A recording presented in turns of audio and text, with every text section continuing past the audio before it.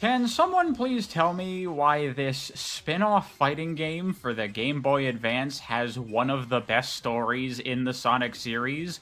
You know, it's actually kind of interesting because Sonic Battle was made at the same time that Sonic Heroes was, and Sonic Heroes, as the main console Sonic game of the time, it had a lot less story to it than the Sonic Adventure games previously did, and I assume that was done because, you know, it was the first Sonic game after Sonic had gone multi-platform, so they didn't want to overwhelm people just getting into Sonic with a big complicated story like the adventure games had, so let's simplify things. But then it seems like maybe the idea Sonic Team had was, well, for the longtime hardcore Sonic fans, if they pick up Sonic Battle, then they get basically what is kind of like another Sonic Adventure story. The story of Sonic Battle, in many ways, is quite similar to the stories of the adventure games, both in its scope, the amount of storytelling, the tone, the style of story told, and many other things. And before we get into the story itself, I would like to quickly touch on the way the story is told in Sonic Battle, because I think it's pretty good.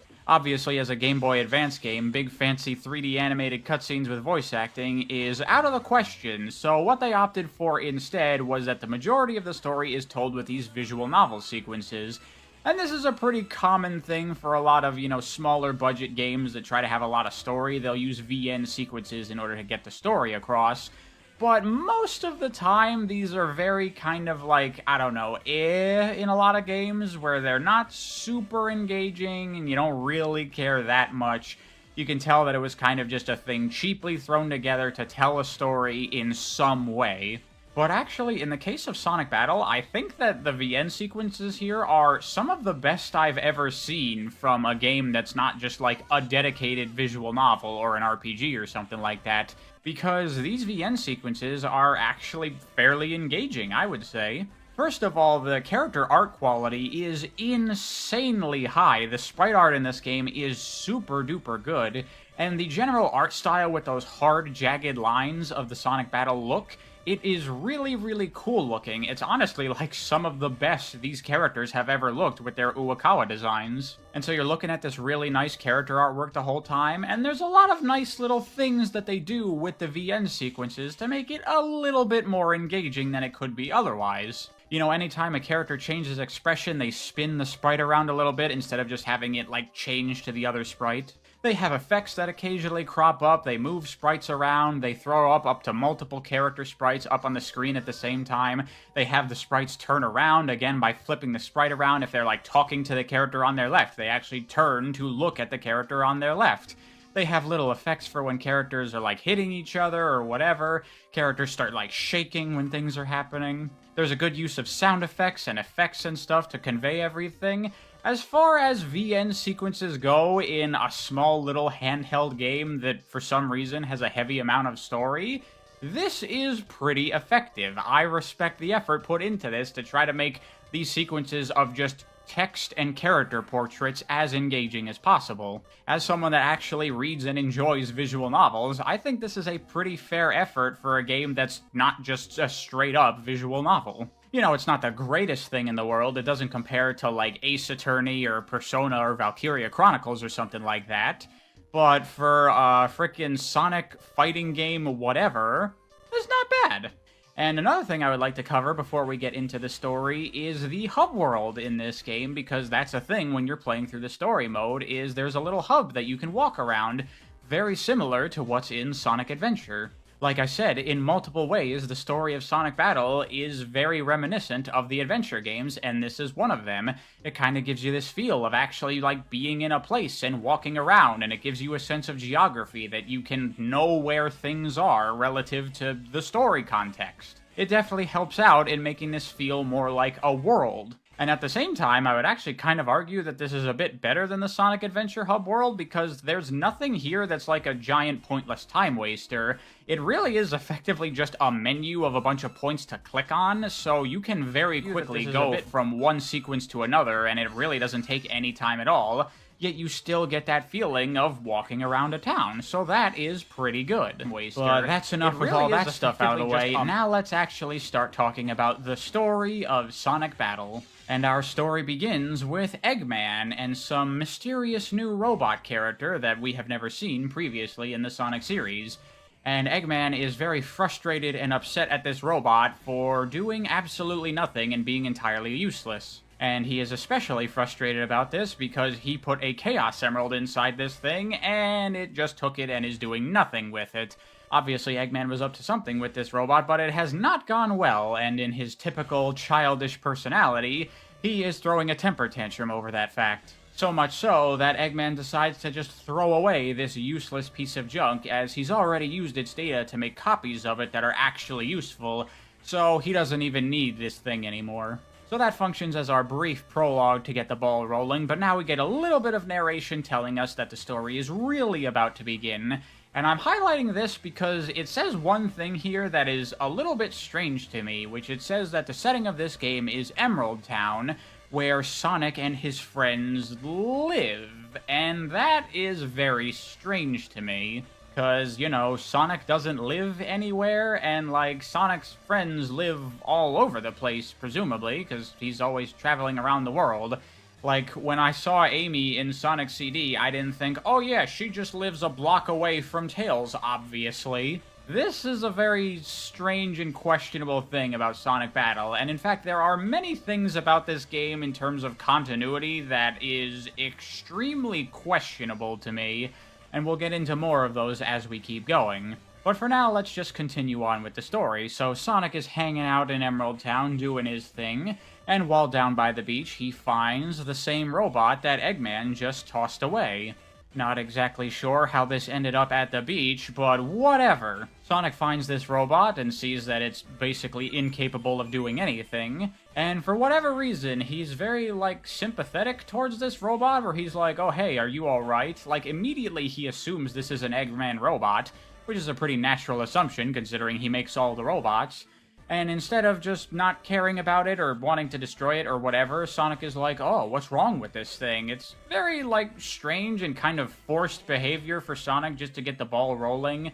But I'm not too worried about it because, you know, it's not like it's attacking him or anything. It's just a useless piece of junk that's just sitting there. So it kind of makes sense that Sonic would be like, hey, what's going on? And upon seeing how beat up and damaged this robot is, Sonic, of course, thinks to take him to Tails to get him fixed up. But then the robot actually starts moving and even speaking a little bit, though what it says is very garbled and incomplete.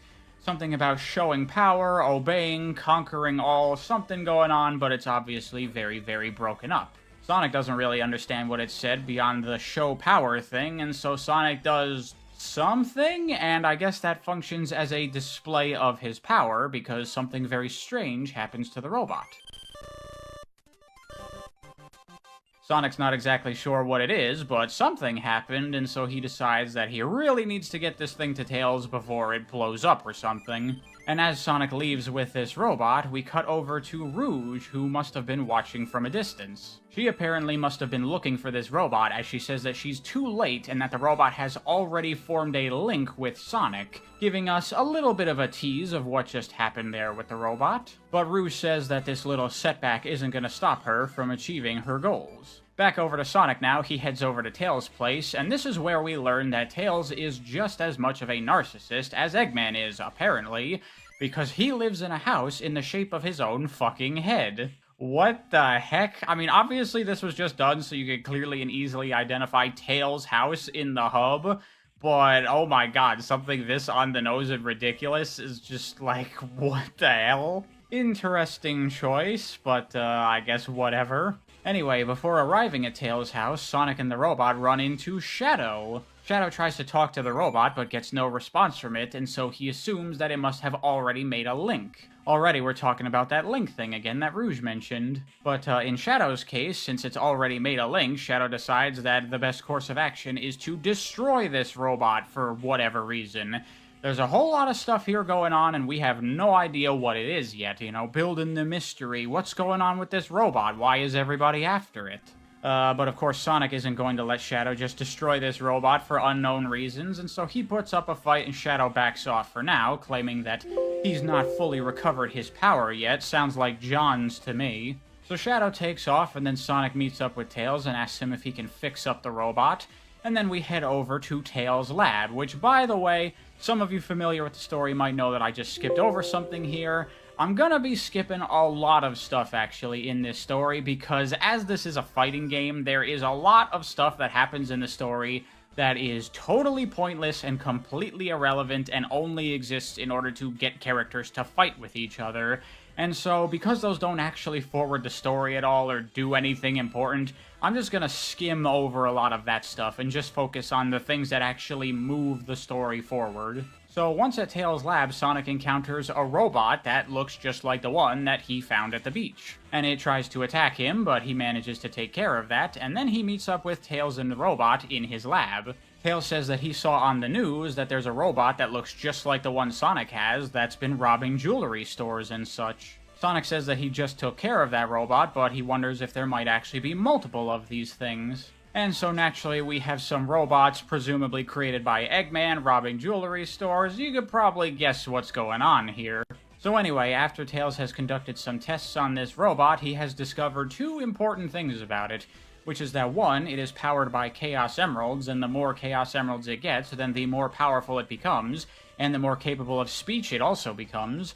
And secondly, that it has the ability to copy the abilities of things it witnesses. And so obviously this thing is quite a big deal, with Eggman, Shadow, and Rouge all being after it for whatever reasons that they're up to. And once again, we get to kind of a weird point where it's like, okay, Sonic and Tails know what this robot can do now and how it works and all that, and for some reason they decide to go along with this thing? I don't exactly know why, they just kinda do. Upon learning that it can copy the techniques of people, then they start to do some training with it so it can learn how they do things.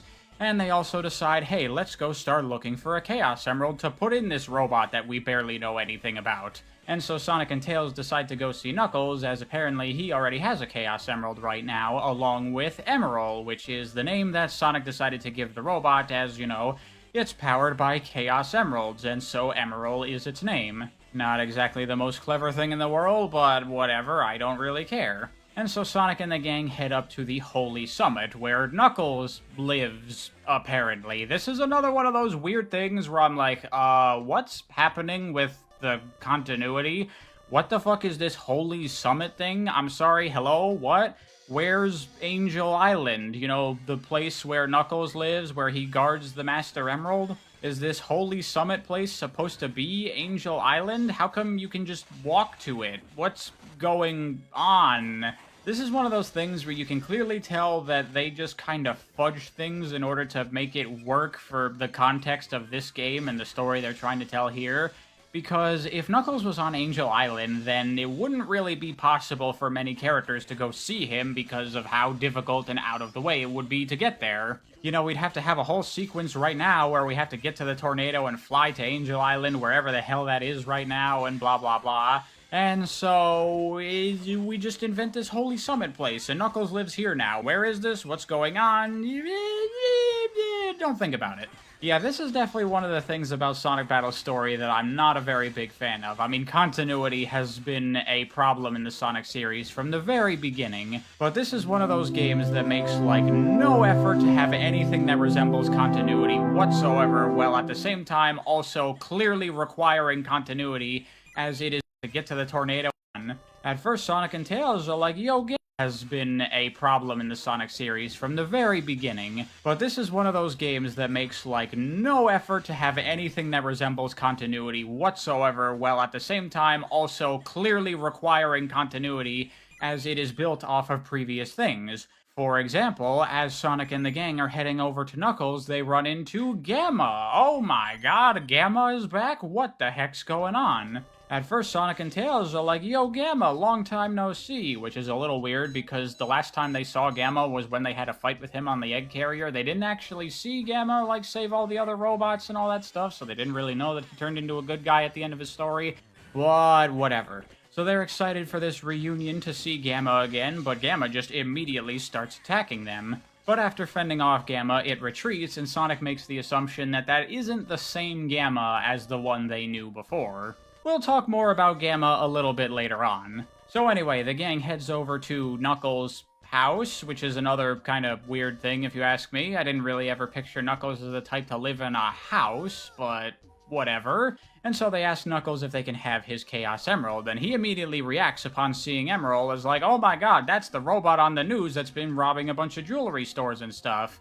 Which, again, this is incredibly, like, weird and kind of out of character. What the fuck? Knuckles has, like, a TV and he watches the news?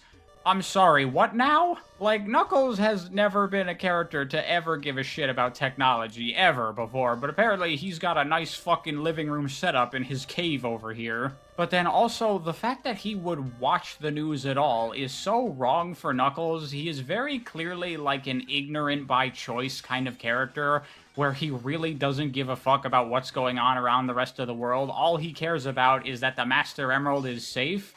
But apparently now, you know, he's up on the news all the time. This is one of those things where it's just a contrived way to get the characters to fight because Knuckles starts attacking Emerald and thus you as the player play as Emerald to fight off Knuckles. This is what I'm talking about, where they just like shoved a bunch of stupid crap in the story that makes no sense in order to just get characters to fight each other when they really should not be otherwise. The question here is this something that we should, like, take for face value? Like, does Knuckles canonically have a TV and he watches the news? Is this something we're supposed to actually accept? Or do we just dismiss this as something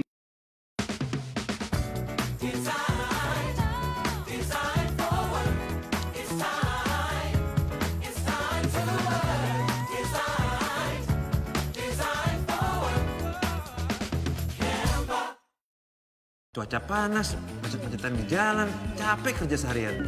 Eits, tenang. Semua bisa balik sekarang. Hydro Coco, fix auto nyegerin.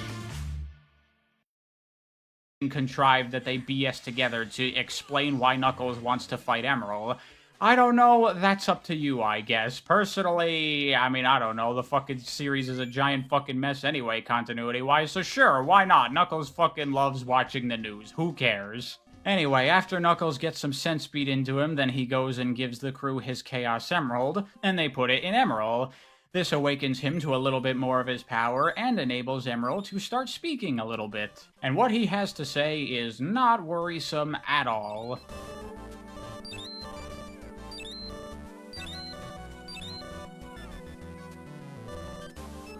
And then after that scene, we are introduced to Professor Gerald's journal, where we get to read the first entry of it. This one basically just says that during his research, he found a robot, and this robot is very, very interesting.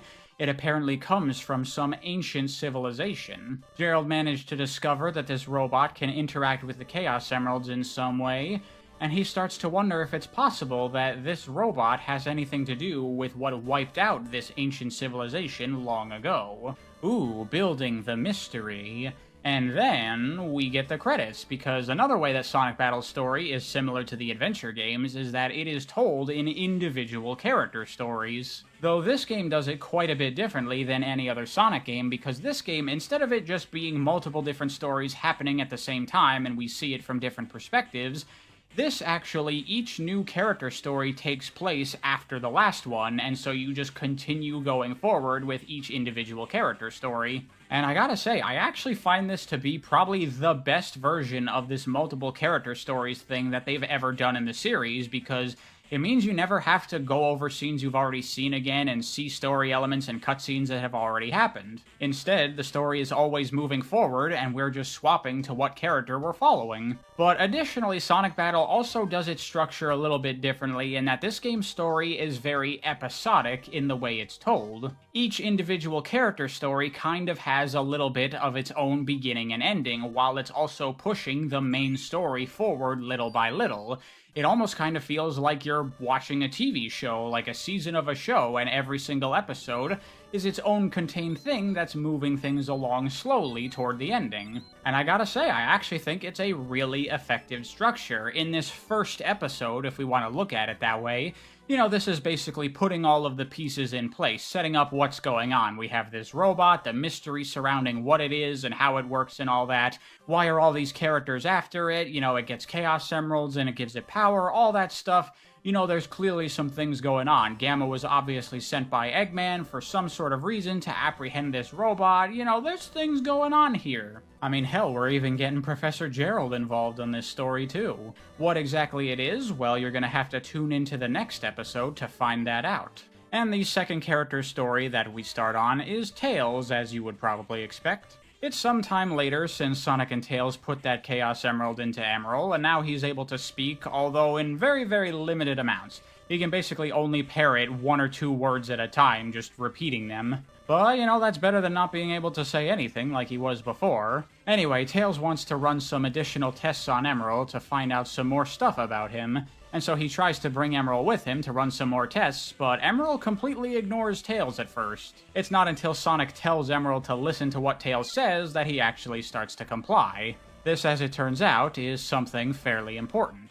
And we see that reinforced when Tails and Emerald are on their way to the lab where they run into Rouge, who tries to interact with Emerald, but similarly to what just happened to Tails, is completely ignored, and she comments that it really won't listen to anybody but its master. Ho ho, more of the mystery unfolds. Anyway, Tails and Emerald make their way to a lab with a much more powerful computer than what Tails had, as his computer crashed during the initial testing that he did on Emerald in Sonic's story. But with this new computer, he should be able to get some additional data out of Emerald. However, he finds out that Emerald has some pretty beefy firewalls and security measures inside him, but of course that's nothing that Tails, the super genius, can't get past, because this is definitely using the Sonic Adventure version of Tails' characterization, where he can basically do anything when it comes to technology. And once cracking into Emerald, he discovers some very interesting information. Tails learns that Emerald was discovered in some ancient ruins, and is apparently referred to as a Gizoid, whatever that is. And apparently Emerald's ability to copy battle data is based on some sort of super technology that, as it turns out,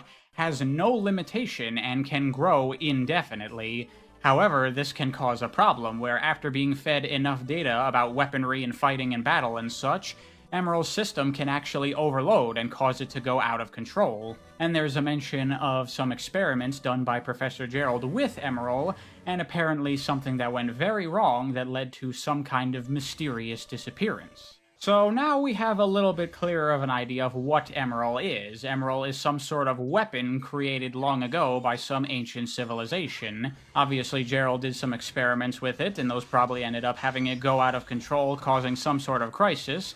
And eventually it ended up in Eggman's hands. Presumably he probably was looking at his grandfather's journal again, same as how he found a Shadow in the first place in Sonic Adventure 2, and was trying to figure out how to control this power that Emerald has by giving him that first Chaos Emerald at the beginning of the story. But for whatever reason, he was not able to get Emerald to work correctly, so there's still some extra pieces to this puzzle that we're missing. But considering, as we saw in his journal in Sonic's episode, that he thinks that it's possible that Emerald may have destroyed the ancient civilization that created him, obviously he has the potential to be very, very dangerous. And this is a sentiment shared with a Mr. Shadow the Hedgehog who runs into Tails and Emerald, who discusses with Tails that now that he knows what Emerald is capable of, Shadow thinks the best course of action is to destroy Emerald to prevent him from ever going out of control in the event that he collects all 7 Chaos Emeralds. Obviously, if Emerald was restored to full power and he did go out of control, then the same catastrophe that happened long ago that wiped out the ancient civilization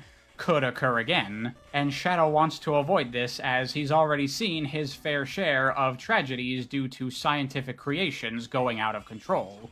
Which is actually something I have a bit of a problem with, but we're gonna talk about that later. But anyway, Shadow is completely dead set on destroying Emerald, as is pretty much in line with his character. Once he makes a decision, he will pursue that aggressively to no end. But Tails says that he's not going to allow Shadow to destroy Emerald, as Emerald is their friend. And after a bit of a fight that Tails and Emerald manage to win, due to the fact that Shadow is still injured, they manage to get away. Partially thanks to Rouge, who apparently is looking after Shadow in his apparently injured state, and she even scolds Shadow for trying to go out forgotten about while he's still recovering. Anyway, Tails and Emerald meet up with Knuckles, and they tell him to meet them by the beach because he is going to share the information he learned about Emerald with everyone else. Tails and Emerald meet up with Sonic, but Rouge also crashes the party, and they all basically have a discussion explaining to Sonic what the whole deal is with Emerald. Apparently Rouge already knows all this stuff somehow. Sonic learns that Emerald has the potential to become a very dangerous weapon,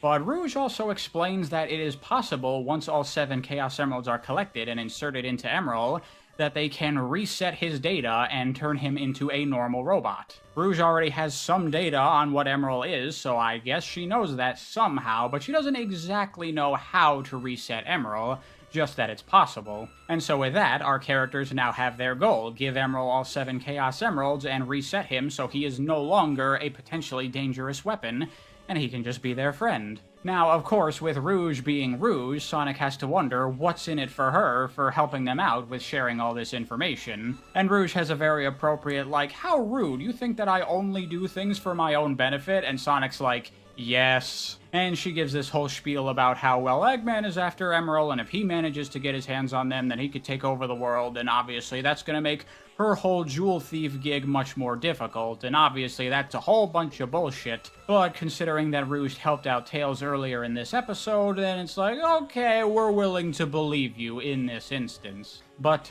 before leaving, Rouge comments how Emerald refuses to listen to anything she has to say without Sonic say-so. And Sonic comments, "Oh yeah, that same thing happened with Tails. Hey Emerald, listen to Rouge from now on." And then Rouge is like, "Alright, cool, thanks, alright, bye." Which is, very suspicious. Obviously, Rouge does have some kind of ulterior motive going on with Emerald. She's mentioned how he has to form a link with somebody and that he'll only listen to his master, and obviously that is Sonic. And of course, Emerald wasn't listening to Tails before until Sonic told him to, and so now, Rouge has the authority to tell Emerald what to do. Surely she's not going to misuse that power for anything in the future, right? And while Rouge is leaving, Knuckles shows up, and he's like, "Oh shit, Rouge was just here, what's going on? Hey Emerald, what's happening?" And of course Emerald completely ignores Knuckles, and Sonic is like, "Huh, he really doesn't listen to anyone unless I tell him to.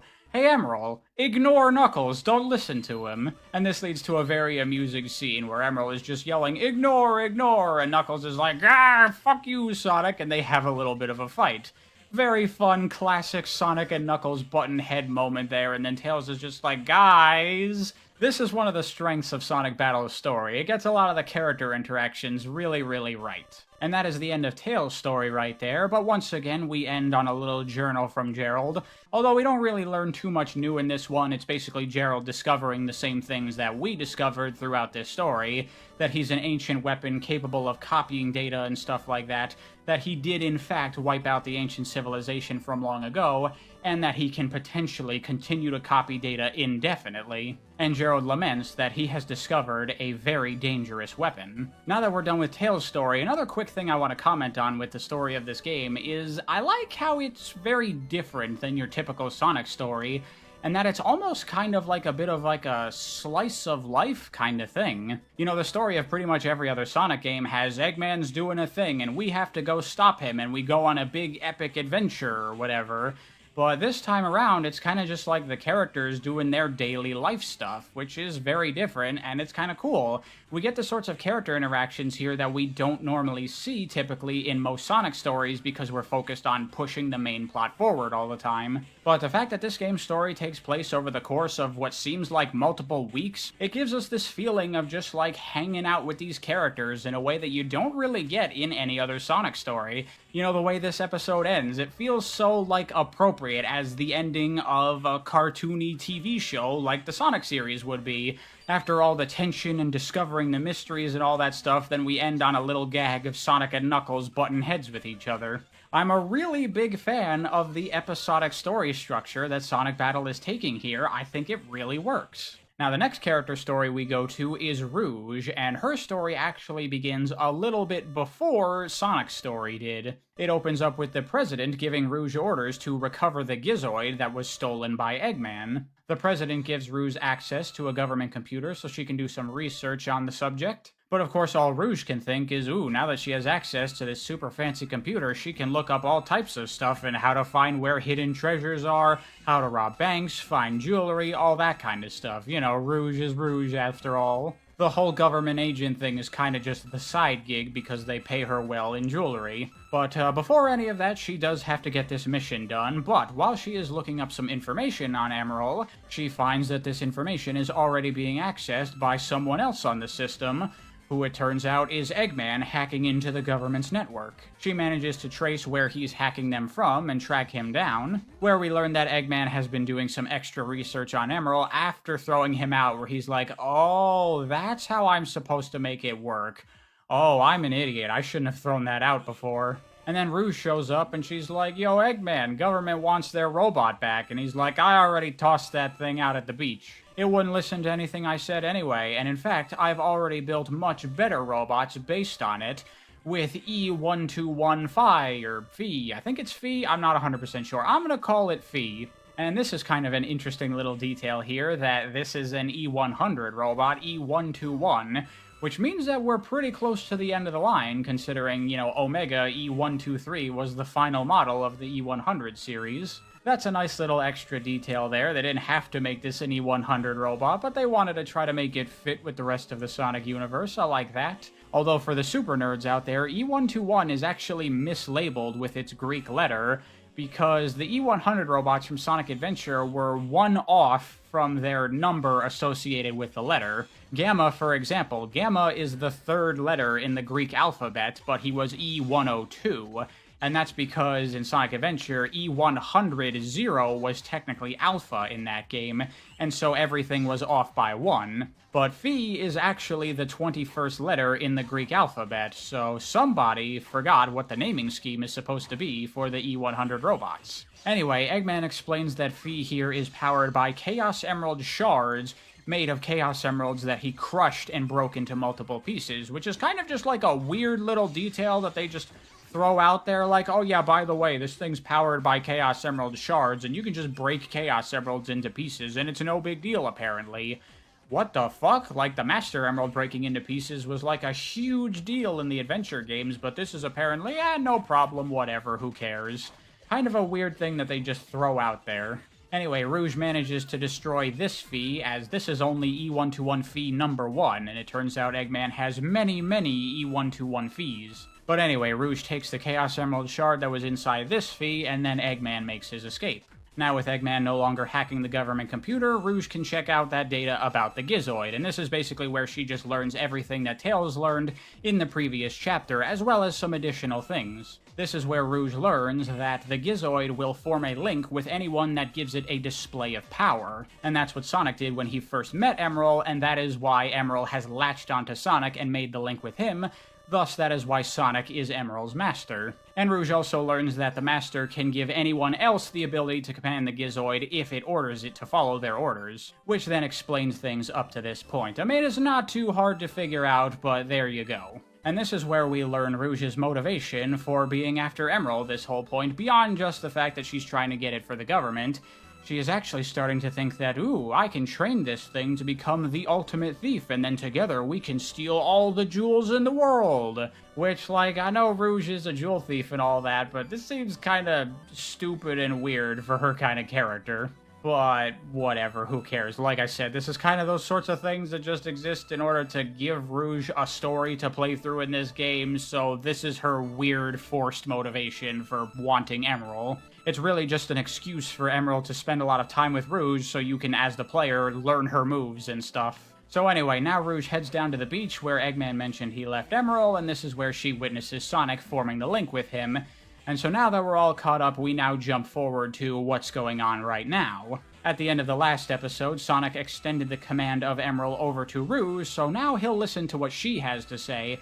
So all Rouge needs now is an opportunity where she can be alone with Emerald to take him away while Sonic and crew are unavailable. And as luck would have it, an opportunity presents itself right to her, as Amy shows up, and she is of course looking for Sonic, and Sonic is like, oh no, Amy, I'm out of here later, dudes. And while he's making his getaway, he also extends command of Emerald over to Amy as well. So Sonic gets out of there, and then Amy shows up, and she sees Emerald and is like, oh, what's this thing?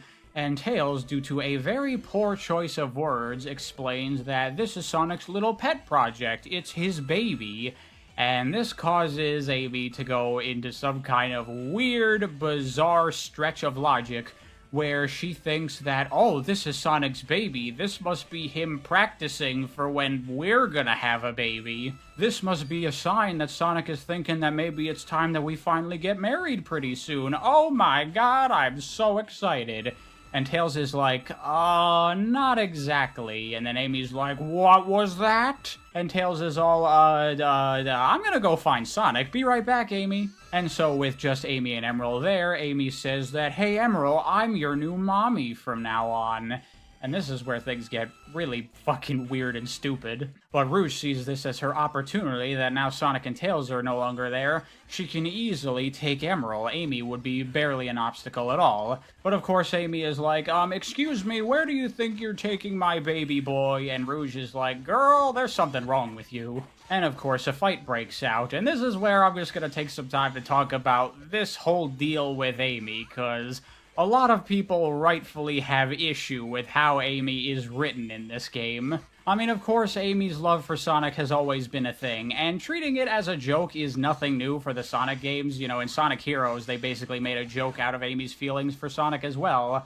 But in this game, they really take that to a very weird and extreme degree where she just seems like some sort of obsessed weirdo freak stalker. The fact that she would go to such leaps of logic in order to make up this scenario in her head where she convinces herself that Sonic is gonna get married to her and that Emerald is it's fucking stupid. And this is one of those things where it falls in the category of, like, I don't know if this was supposed to be, like, we're just gonna BS justify Amy's story scenarios here in crappy, stupid fighting game ways, or are we actually supposed to take this seriously? Again, I don't really know. This is actually fairly similar to how she's written in Sonic X, actually. In that show, she is super goo-goo gaga for Sonic all the time, always talking about her love for Sonic and how girly she is, and oh, Sonic, I love him so much. And that's also where the idea of her temper is introduced, where anytime anyone starts to question her love for Sonic or his love for her or whatever,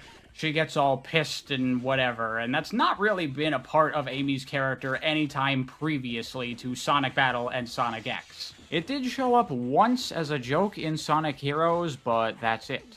And I mean, it fits Amy's character in terms of, like, wanting to turn her love into Sonic into a joke. Yeah, sure, she gets jealous and that gets exaggerated into, like, this angry rage that she gets into anytime someone dare try to question or get in the way of her and Sonic's love that absolutely exists or whatever. Certainly not my favorite way of writing Amy that they've ever done, but to be honest, I don't absolutely hate these ideas inherently.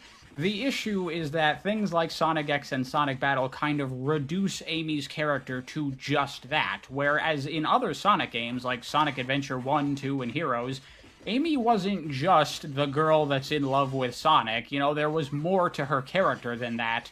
But in something like Sonic Battle, that really is all she is, and she kind of just comes across as like a weirdo stalker. So, not exactly great, and we're gonna run into more of that stuff when we get to Amy's story. But for now, Rouge manages to take out Amy pretty easily, and this is where they establish that Amy is a bit out of shape in this story, which does come up later. But back to Rouge, she takes Emerald to her place, which is Club Rouge. Apparently she has an entire nightclub that she entirely owns by herself. What the fuck? I guess Rouge is some kind of entrepreneur. And then when you actually get into her stage, then it's like the whole pinball casino themed level, like you see in many Sonic games. So is this meant to imply that, like, Rouge is in on the casino business in the Sonic universe? Does she own fucking Casino Night from Sonic 2? I mean, probably not. They didn't really think about it that much. They were just like, we need a stage for Rouge, so whatever. Again, this is a thing with Sonic Battle. There are so many, like, weird things in here that if you really want to look into these details, they present so many questions that we have to ask that probably don't really have answers. Anyway, now with Emerald alone at her own club, Rouge begins training Emerald in the art of thievery. And again, immediately, there's another weird little detail here that we could look into more than we're probably supposed to if we wanted to,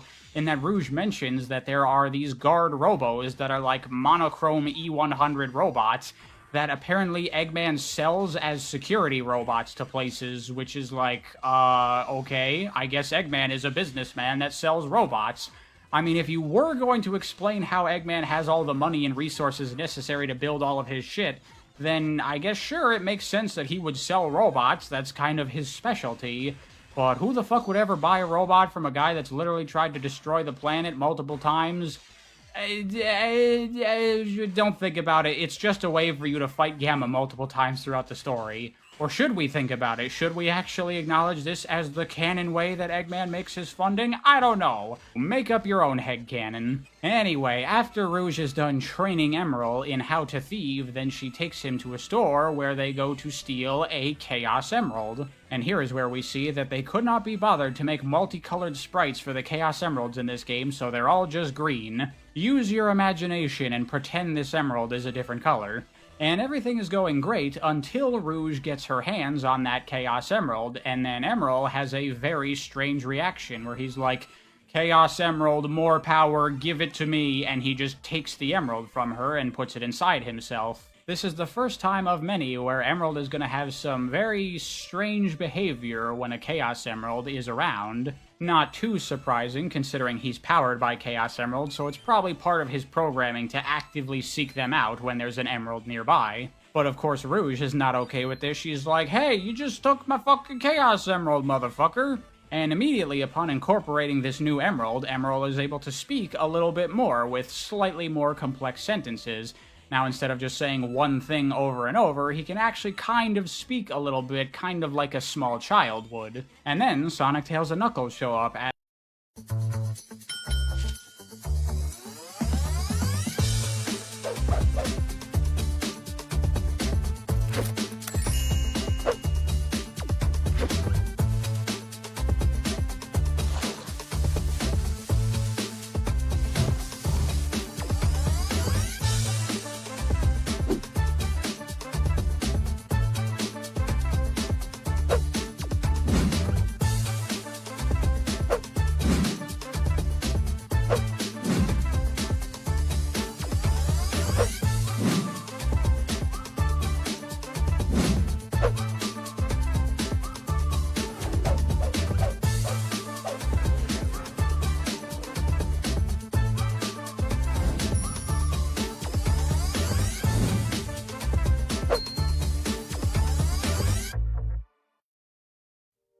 Akulah jawaban untuk semua permasalahan kulitmu. Diformulasikan dengan 5 jenis ceramide yang berbeda. Dalam setiap usapan lembut, aku memperbaiki dan menjaga barrier kulitmu. Skin Pivot, repair your skin barrier.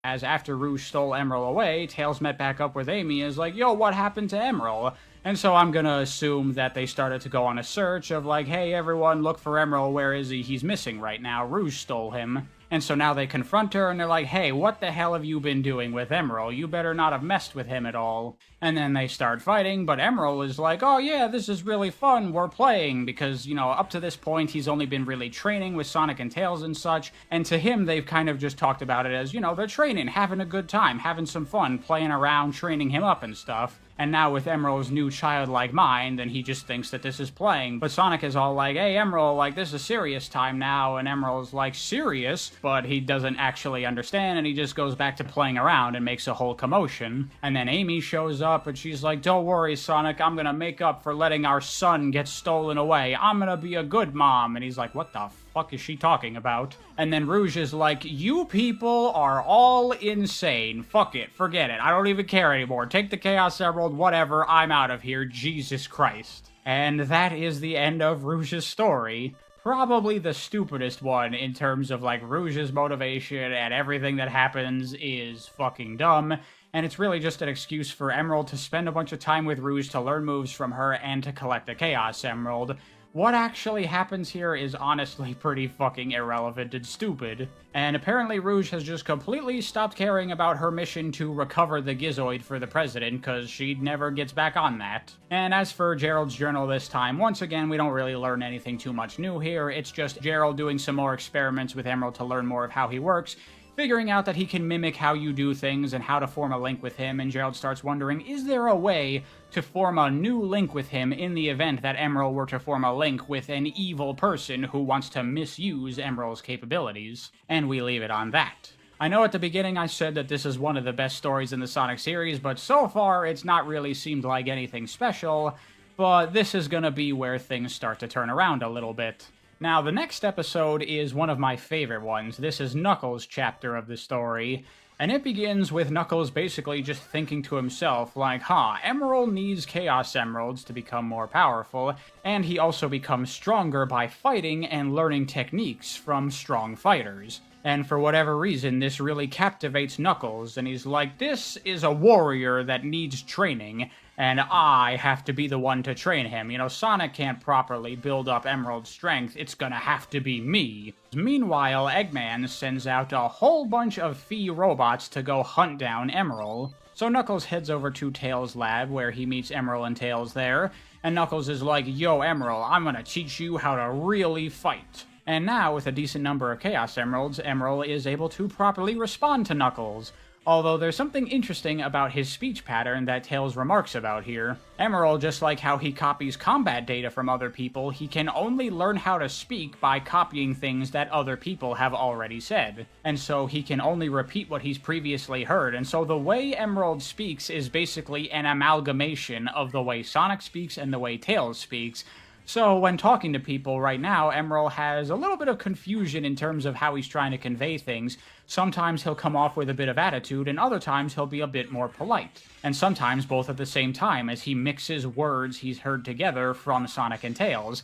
And that's a pretty cool and interesting idea. I like that idea of him copying everything, and so even the way he speaks, not just the words, but even the tone of voice he uses, is copied from other people. It also makes me wonder what Emerald's voice would sound like if he had voice acting, because when you're actually in the gameplay, if you use moves from other characters as Emerald, then it literally just plays the line of dialogue from that character. So that kind of makes me think that Emerald literally speaks with like a recording of your voice when he's talking, but the characters never mention that his voice sounds just like Sonic or just like Tails or anything, so I imagine he has his own voice, but his method of speaking is only copying what he's already heard before. And at first, that might kind of just seem like an interesting little character detail, but it does come up throughout the course of this story. So anyway, Knuckles and Emerald do some sparring, and then there is another news report saying that there are more robots that look like Emerald causing a muck in the city. And Knuckles decides it's up to him and Emerald to handle this situation. So Knuckles and Emerald head out, which is a little bit weird because Sonic never gave Emerald permission to listen to Knuckles, but